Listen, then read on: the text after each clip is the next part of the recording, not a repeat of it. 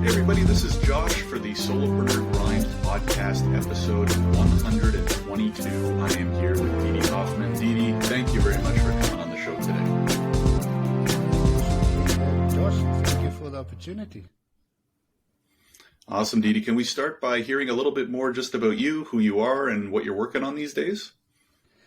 Yes, Josh, I'm a commercial potted herb and also a past keto. In South Africa, we call it banting. I was a banting coach as well. But yeah, I'm a potted herb grower and herbalist from sunny South Africa who slowly transmuted into an online rainmaking nerd. So yeah, it's been quite a journey, and that's the short of it. I've two passions.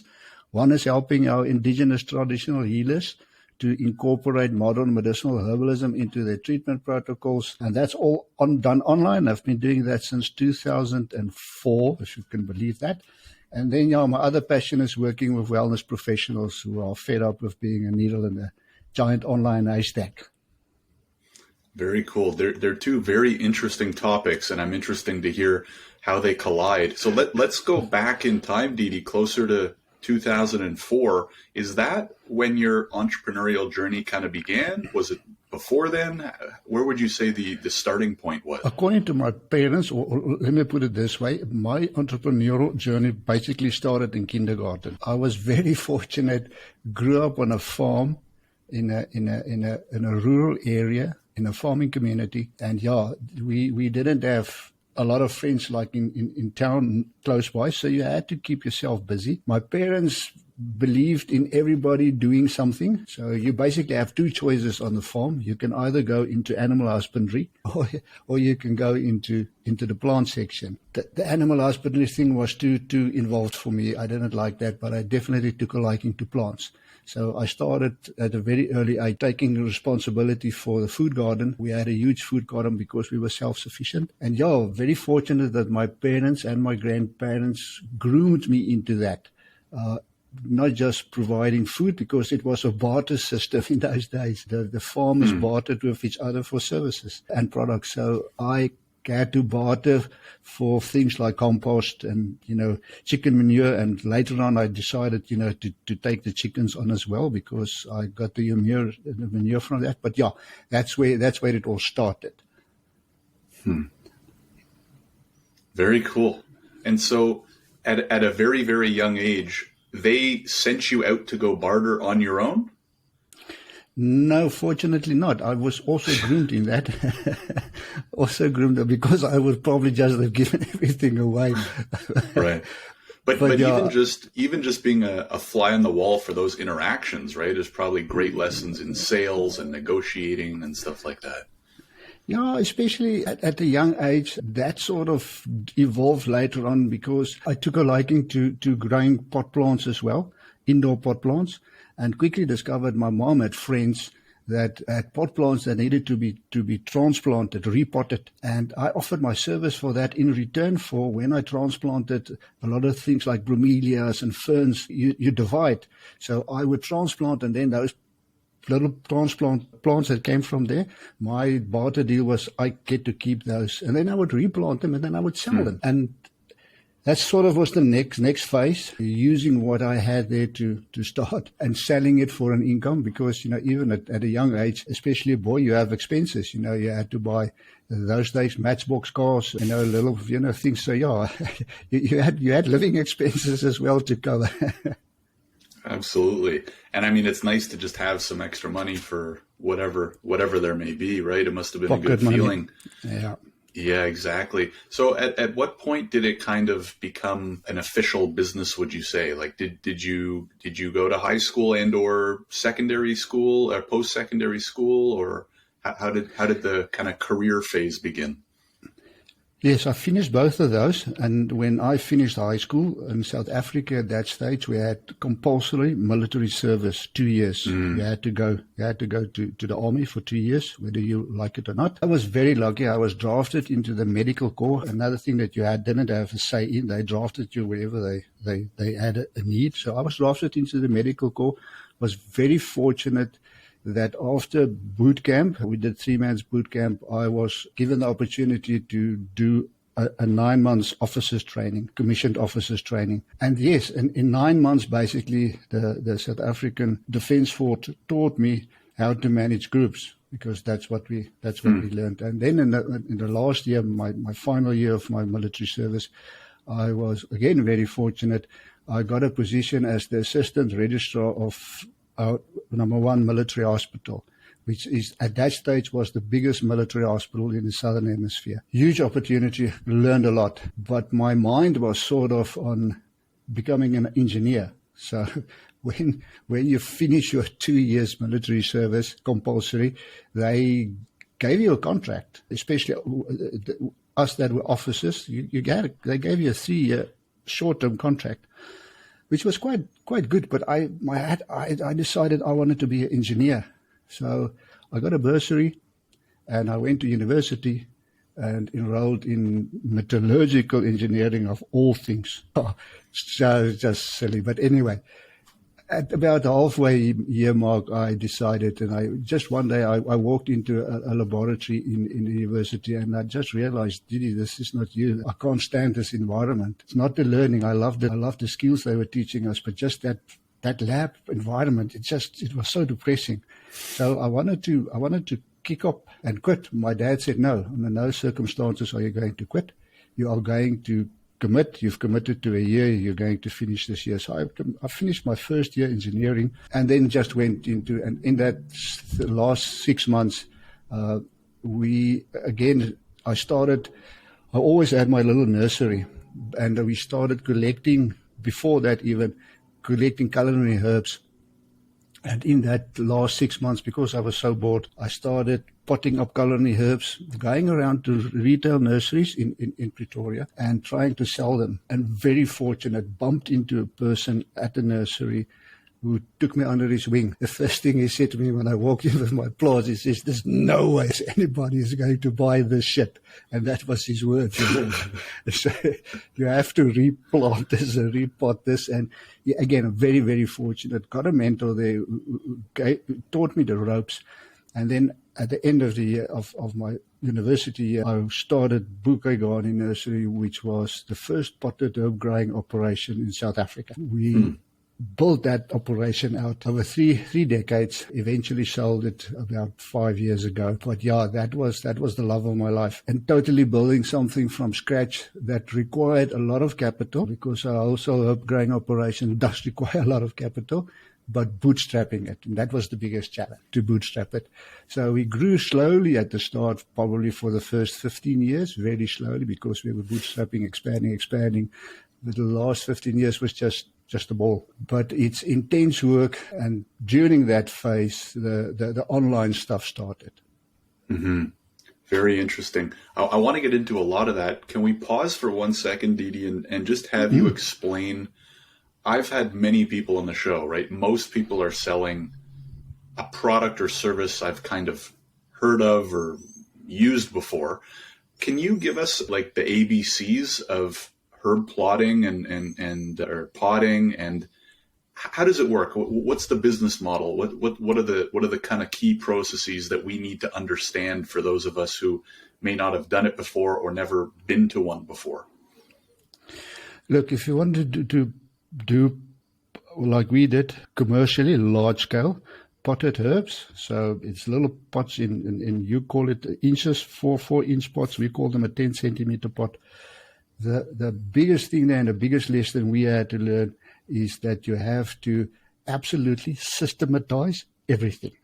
Your production schedules, everything needs to run like clockwork. And to add to that, just to give you a little bit of background, in South Africa, a potted herb growing operation was classified as farming, which had its ups and pros and cons. But one of the cons of it is that our labor pool that we could use was mostly unskilled, unschooled labor. So it was literally people that couldn't read. So that was one of our challenges. And one of the things I realized very quickly on is that we need to train these people. But just for somebody that wants to do something like that, you need to love nature, because nature, you're working with nature, and nature is going to it's going to play different tricks on you at times that you don't want them. So you need to love nature. You need to be willing to work with nature and sometimes against her.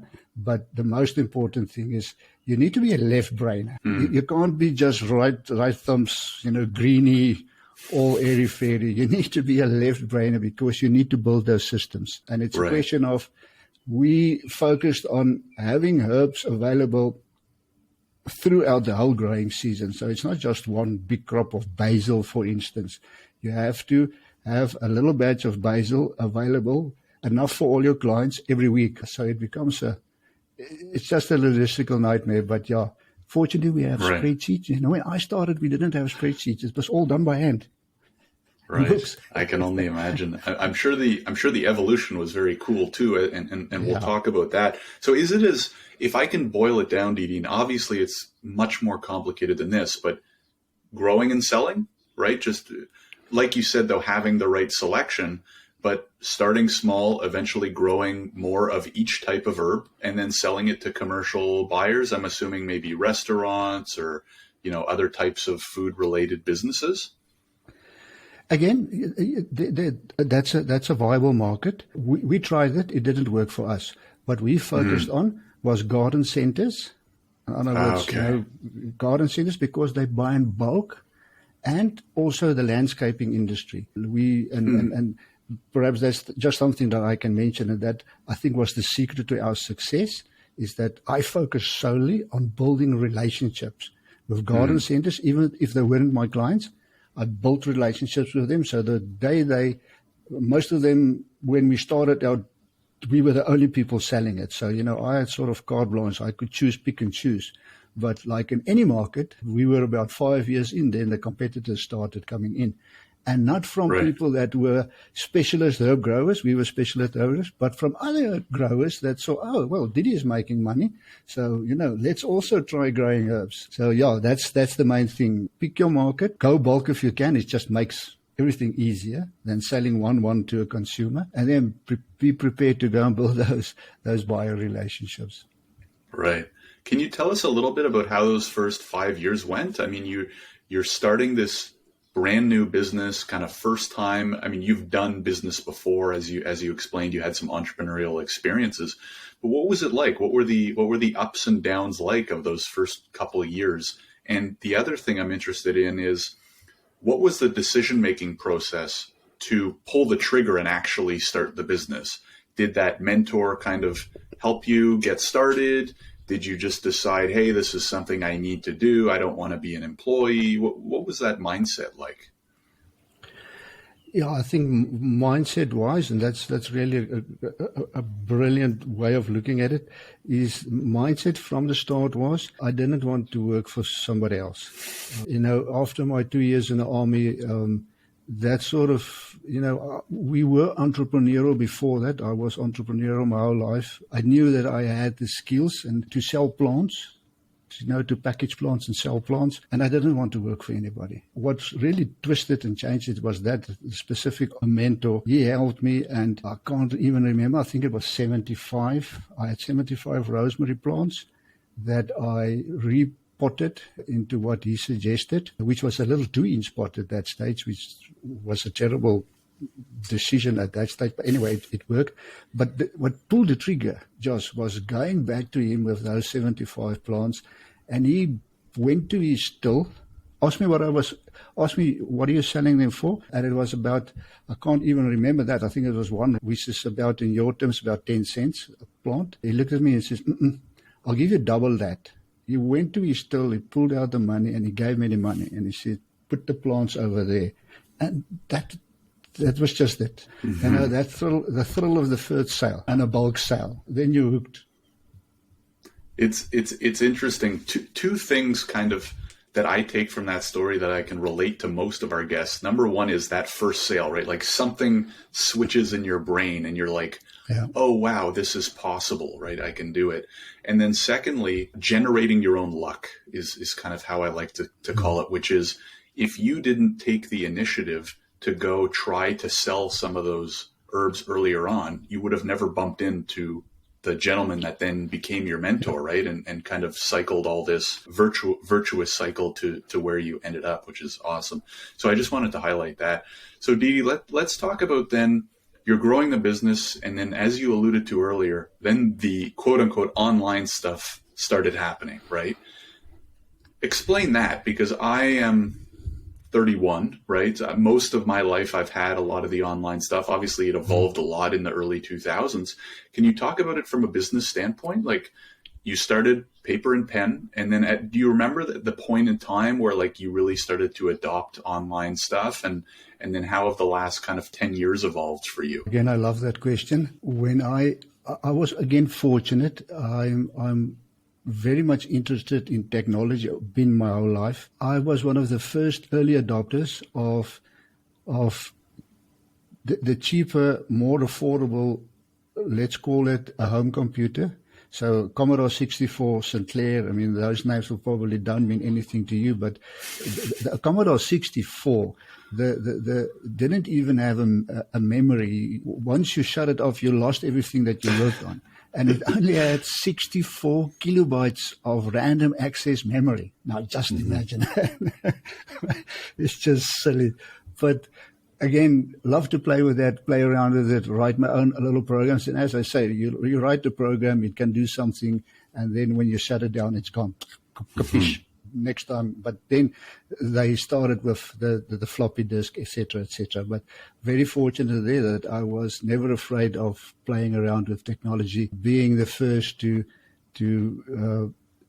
start, when websites came around. I think I registered my first website in 1996, my domain name, herbs.co.za, and then started with Front Page, which was, how do I describe Front Page? And, it was just a software that you could build your own website, sort of a drag and drop builder. Very slow. Those websites was terribly slow, but and then from that one day, and I had quite a good website running on Front Page. And then one day I got this email from Front Page because they got this into this whole thing, software as a service, that I had to pay a yearly fee. And I said, there's no ways I'm going to do that. So what's the next step? And then WordPress was quite going along, and I shifted to WordPress. So always been in the technology, always used technology, very quick to shift over to Excel spreadsheets in the business, to use that because it just made everything so much easier, because you could make templates, especially production schedules, do all those calculations that we used to do by hand. It's just and that actually gave me more time in the business, which led to the next step, because I suddenly, once you've got the system built, you save a hell of a lot of time. And then I started going around doing food gardening workshops, which was very popular. Again, I used the same principle that I used with the business. I targeted garden clubs, and our agricultural union in South Africa have a sidearm, a women's agricultural union. Now, in South Africa, like most in the world, the gardeners are mostly women. It's 80% women. So I targeted those, made friends with the people in charge of all those organizations, and offered to come and give them food gardening workshops and herb talks. I gave a hell of a lot of herb talks about cooking with herbs, because that was our main speciality, cooking with herbs. And at that stage, Josh, nobody asked a fee for that. And I was driving all over South Africa, and one day I took my wife with me and we drove back, and I said, this has got to stop. People need to start paying me for this. And she said, well, nobody is asking for payment. How are you going to do that? And I said, well, we'll figure it out. And the next time I got an invite, I just said, very happy to come. You are going to have to cover my traveling cost, and you're going to have to put me up in a very nice accommodation, me and my wife, for 2 nights. Just sort of as a joke. And again, the person just said, done, just send us an invoice. And then I started, because that was a great excuse to travel all over South Africa. So, and then one day I also realized that, perhaps you should start selling, because I'm a bookworm. I read a lot. And I read about, speakers having sales at the back end. So I was figuring out, okay, Di-Di, how can you sell with your food gardening talks and workshops? How can you sell something in the back end? And it was quite easy. I put together a course. It was done in Word. At that stage, you couldn't convert a Word document to PDF as easily as today. You had to buy separate software. You had to buy it. Bought that, wasn't a problem. And then we put it onto CDs in folders.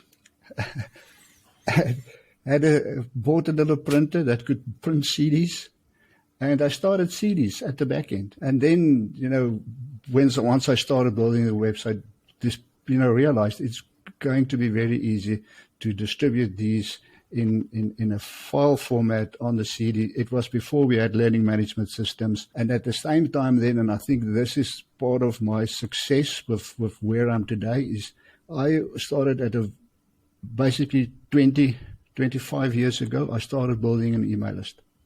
Because I published a weekly newsletter called Timeless Herb Secrets. It's still out there. And I sent out a weekly newsletter giving people tips on cooking with herbs and tips with their food gardens. And that became the feeding of the Herb Academy. So, yeah. Do you still have that list? Yeah. Yeah, it's quite a lot bigger. 25-year-old email list? That might be a record, Di-Di. Yeah, and there's incredible. people there's people that's been on that list from day one. That's still incredible. Still reading, still giving me comments, still catching me out, because as you grow older, your way of cooking changes. So some of them point out to me, 20 years ago, you said, I can do this and this with basil. Now you say, I can't. I need to do this and this. And I just love that. They keep you honest. That's great. Di-Di, a couple things come to mind that's a really interesting evolution. First of all, I was curious, so how has that evolved in the last, let's say, 5-10 years? Like, what does your current plan look like? And secondly, you mentioned making friends with a lot of people kind of in the industry or the market that you were looking to get into. Can you expand on that? Because, that's part of what you do, right? You help people kind of grow their network, get in with the right people. Can you expand on what your approach maybe was or now is? Because I think that's the right way to approach it, right? So many entrepreneurs, especially earlier on, think sales, but maybe they're not approaching it the right way, where they should be thinking more, build my network, add value, make friends, you know what I mean? So maybe if you could touch on, those are two big topics if you want to separate them, but how to quote unquote make friends and build your network. And then how has the tech evolved in the last few years, and what does it look like now? Let me answer the last question first, Josh. I think the tech is just that even I that like tech, even me, I can't keep up anymore. It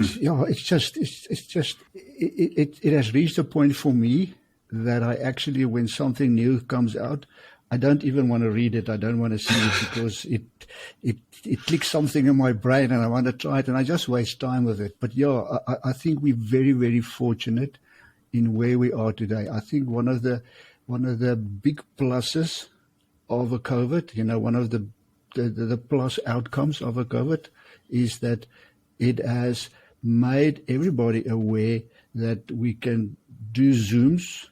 Before COVID, it was damn difficult to get somebody in a Zoom. They would go, what do you want me to do now? Now everybody knows that. So just if you look at that and the way communication has improved, just look at your platform that you are recording your podcast on.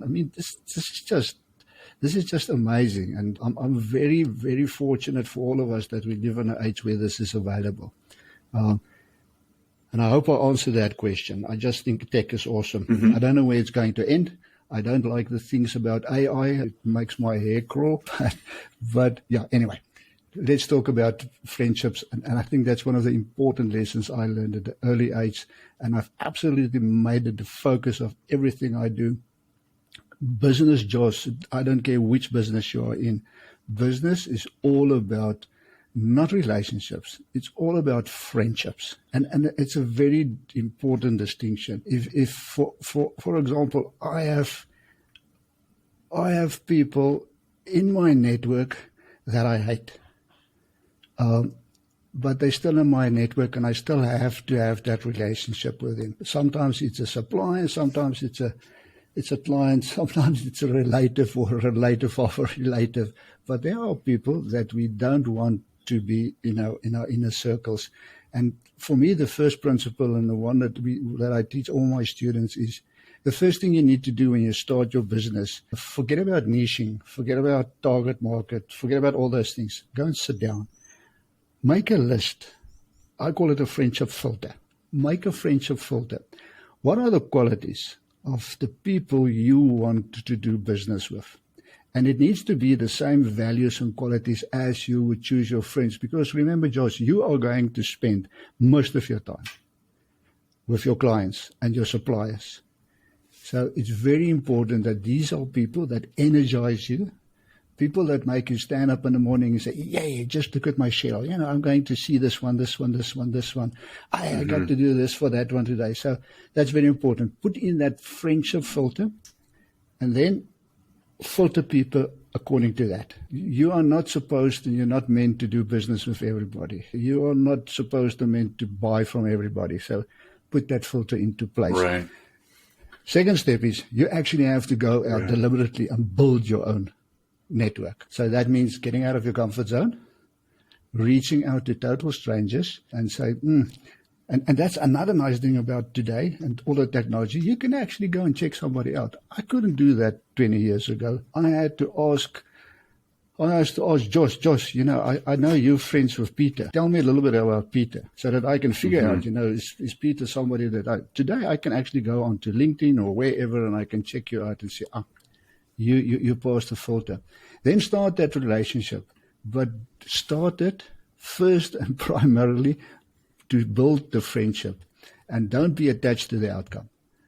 I've made wonderful friends via LinkedIn that I'm never ever in my life will do business with. We won't gel in that sense, but I'm still friends with them because I went first with building the friendship. It's nice to have them in my circle. Some of them every now and then send me a student. So then again, I can say thank you for that. But start off by providing value, and you will see, especially I'm in my 60s. Relationships are very important the older you get. But I've got such a vast network of friends that I can probably change business and start in another new business, and again I will be up and running in three or 4 months. Right.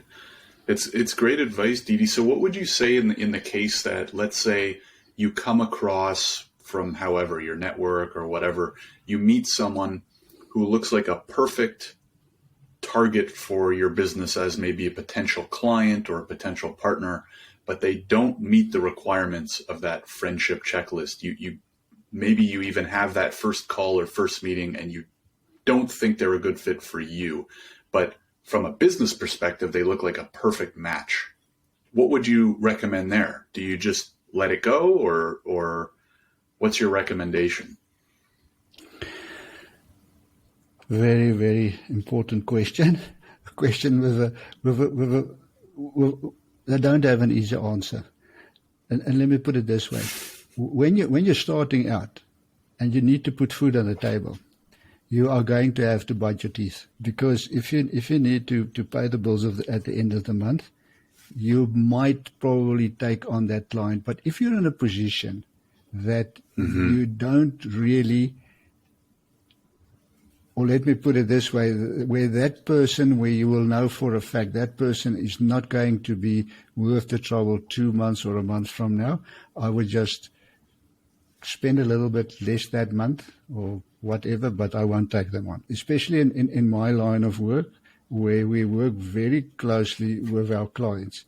Again, if you're just providing a product and there's not that much interaction, again, you might relook that one specific filter, because it's usually a filter list usually have 7 to 8 things. It's usually just 1 or 2, but if it's 3 or 4, that's a no. I would rather pass that. If I can, I would send them along to my worst competitor, and let them battle with them. Do my competitor a favor. We used to do that, especially in the green industry. But yeah, no, I would rather pass. That's a great answer and puts it into good perspective. Di-Di, I just want to spend the last few minutes talking about how you've now evolved into becoming a teacher. What do you help people with, and what are some key struggles maybe that your students deal with, and how you help them? Oh, thank you, Josh. That's a great question. I think one of the important lessons that I have learned through the years is that a lot of people tell you to follow your passion, especially in business. And I think that's a wrong advice. I was following my passions, and I dabbled. I've started 7 businesses in my life, and only 2 of them was really worth the time and effort. The others were passions, but those 2 that I'm still doing are the 2 where I'm doing my talent, and my talent is teaching. And I think that's one of the important lessons. You have to figure out what your talent is and try and build, if you want to be a good entrepreneur and a solo lifestyle entrepreneur. Because for a solo lifestyle entrepreneur, our time is very valuable, because we're doing this because the business buys us time to do other things. So that time that I spend on my business is absolutely cool to work on your talents and to use your talents to help other people. Now, apart from teaching, because I've bootstrapped everything in my life, my businesses, I have a soft spot for entrepreneurs just starting out, because I know how it feels. I know the feeling. I know how it feels to have dreams and you can't afford them. I know the feeling of getting to the end of the month and you've got no clue how you're going to pay your bills, pay your staff. I've been there, I've done that. So I have a soft spot for them. And what I do now is I focus on helping those people, especially in the wellness industry, just making that process a little bit shorter, because with the technology that we have today and all the interconnectedness, it's a lot easier to get yourself visible and get your name out there a lot quicker than it was even 3 years ago. So, and that's where I focus on. I just basically help solo entrepreneurs, especially in the wellness industry, that are tired of being that golden needle in a haystack. They're good, they've done their courses, they produce results. I just help them mainly through podcast guesting, but also through speaking and authoring to just build their visibility. Got it. Yeah, I mean, listen, you don't have to tell me about the powers of podcasting, obviously, but can you talk maybe like high level 2-3 tips or pieces of advice for people that are trying to get themselves or their business out there? Yeah, again, and I've checked you out. I see you've been a guest of around about 25 episodes. So, yeah, congratulations on that. I think that's one of the most important things. And the high level tips, Josh, first of all, like all else in life, start with a plan. Make sure you have a plan. Don't just, go and dabble and, to make it a little bit here and a little bit there. Make it a plan. Set yourself an outcome. Say, I want to appear on 5 podcasts in the next 5 months or whatever. So make a plan. Next is high level. Get yourself booked. You have to get off your butt. Nobody's going to invite you to be on their podcast. You have to reach out to the podcast guests. For somebody like you, high level, that already has your own podcast, it's very easy to do that, because you can just invite other podcast hosts onto your show. First step, give them something. And then I do it. 99% of those podcast hosts will invite me then to be on their podcast. So easy way to be on somebody else's podcast. Next step, number 3, high level. Make sure that you are prepared and make sure that you leverage each and every appearance that you've had. In terms of preparing, make sure that you listen to that podcast and not just one episode. You need to listen to 2, 3, or 4 episodes. Get a feel for the show. And again, apply your friendship filter. Make sure that you like the host. If you don't like the host, even if it's the best show that the high vanity show, don't approach. Just stay away. And if you just do those three things, plan, go out and get yourself booked, and then monetize, you will see that in a very short time, people start inviting you. Because if, as your name goes out, people will reach out to you. Yeah, it's a great point. Now that I think about it, I don't do much outreach to guests. It mostly comes organically just because I have a lot of people on the show. The other tip I want to add, Di-Di, is I want to take a page out of your book, which is when you are reaching out to podcasters, really personalize it. Because I do get a fair amount of requests and I don't accept them all. And one of the reasons why I accepted yours was you were very intentional with your email. It clearly was not a copy paste, right?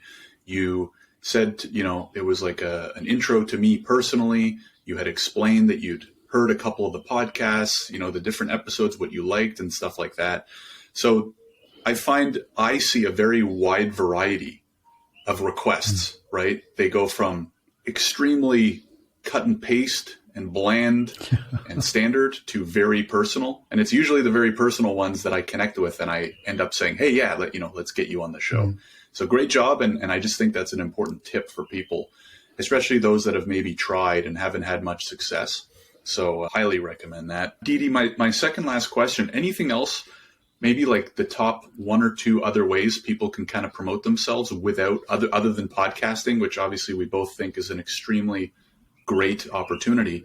But what are maybe one or two other ways or tips, or maybe there's some entrepreneurs out there that are just very shy. They don't love the idea of podcasting. Some other ways that they can network or market themselves?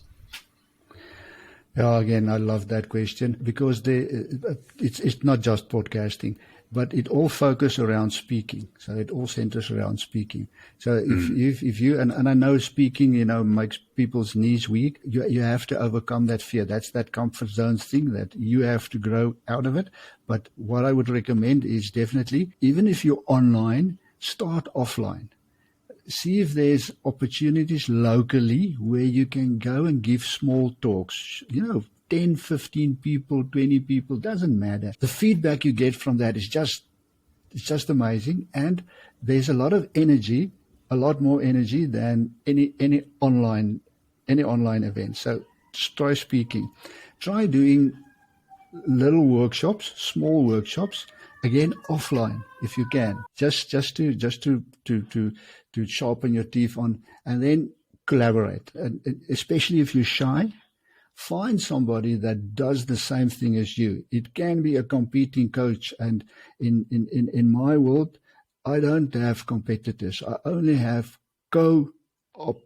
competition, because I go up with my competition. If you go and look at my podcast, you will see all my competitors have already been on my podcast, because there's the cake is large enough.